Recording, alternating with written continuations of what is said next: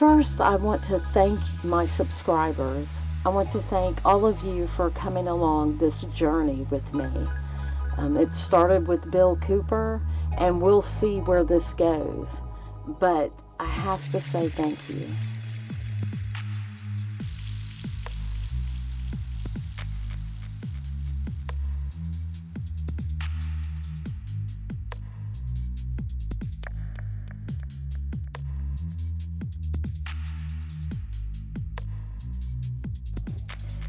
Following the secret societies of Freemasonry, we inevitably come across the actual demonic entities or principalities that cover a city.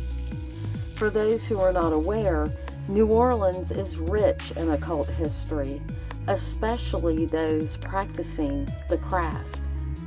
I propose that part of the spells cast on us as a nation begin with New Orleans and the Mardi Gras season and the Carnival celebrations.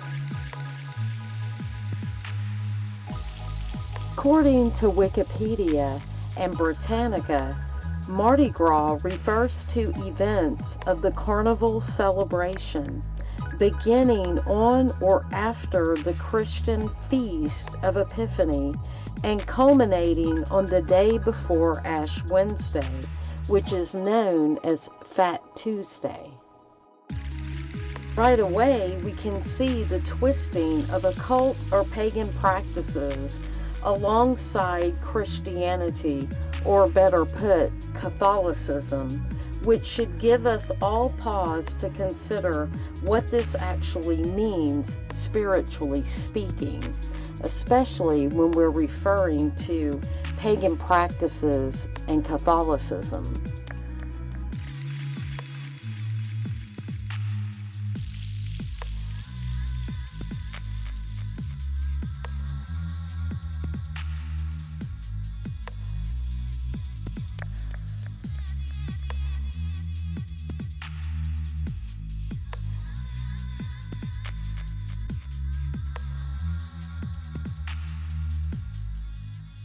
In Greek mythology, Orpheus was a founder and prophet of the so-called Orphic Mysteries, which included Orphic hymns.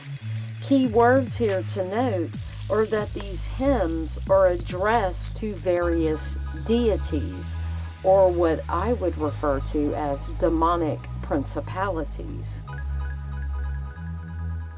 Shrines containing the relics of Orpheus were regarded as oracles. Relics have a religious significance from the past. Oracles are people using a form of divination done through occultic means, appearing to provide insight or wise counsel. However, this is something the Bible explicitly tells us not to do.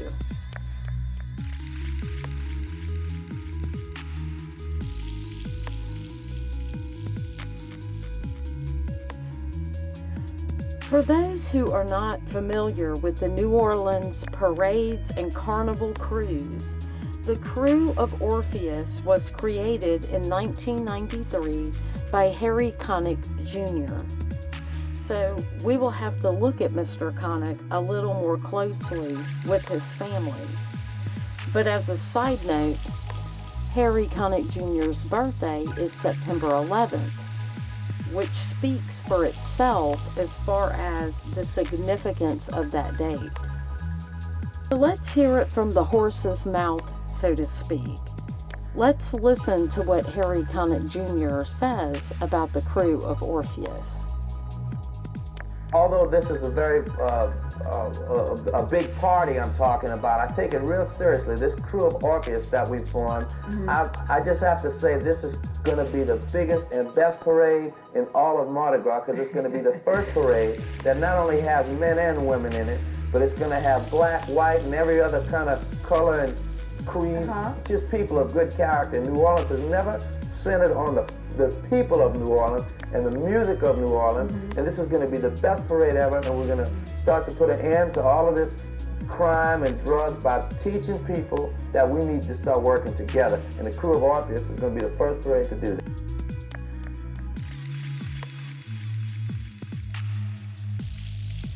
What's key to note here is what this Mardi Gras crew represents, unlike some of the others.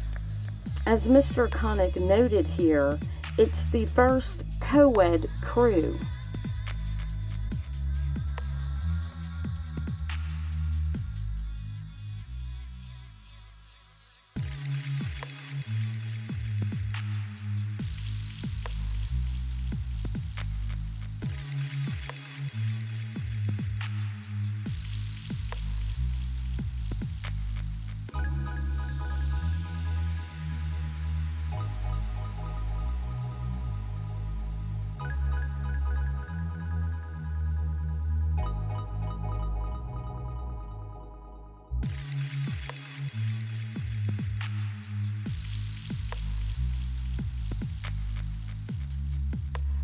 It's also worthy to note that Mr. Connick uses the term monarch for its leaders.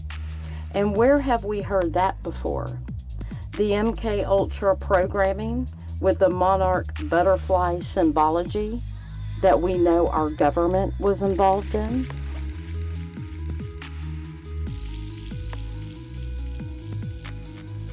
To finish up with Orpheus, there is a reason Harry Connick Jr. created this carnival crew, and make no mistake, it's steeped in the brotherhood who worships the snake and who formed the Jesuits.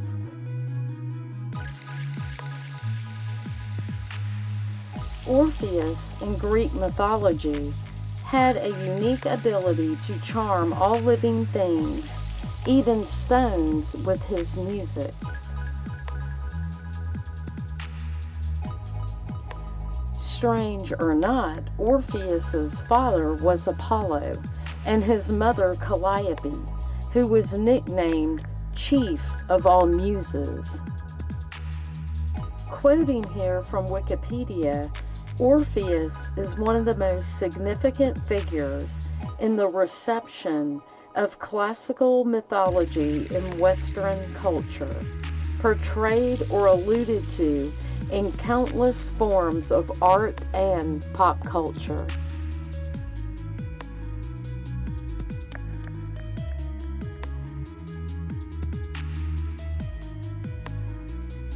And a very crucial detail here, according to their accounts, Orpheus assumes the Eleusinian role of Triptolemus as giver of Demeter's knowledge to humankind, which means Orpheus was a, quote, seer, practicer of magical arts, astrology, and prescribed the mystery rites preserved in Orphic text. He was the holder of the Eleusinian Mysteries, which was considered the most famous of the secret religious rites of ancient Greece. Close quote. So now we're beginning to scratch the surface on these occult deities who are worshipped by influential, powerful brotherhood families, and who exude all the power in these occultic rites and rituals over cities. And I believe this is going on all over the earth, not just in New Orleans. All of the practices of Orpheus and those who follow and worship him are the very practices that the Bible warns us of in Deuteronomy 18.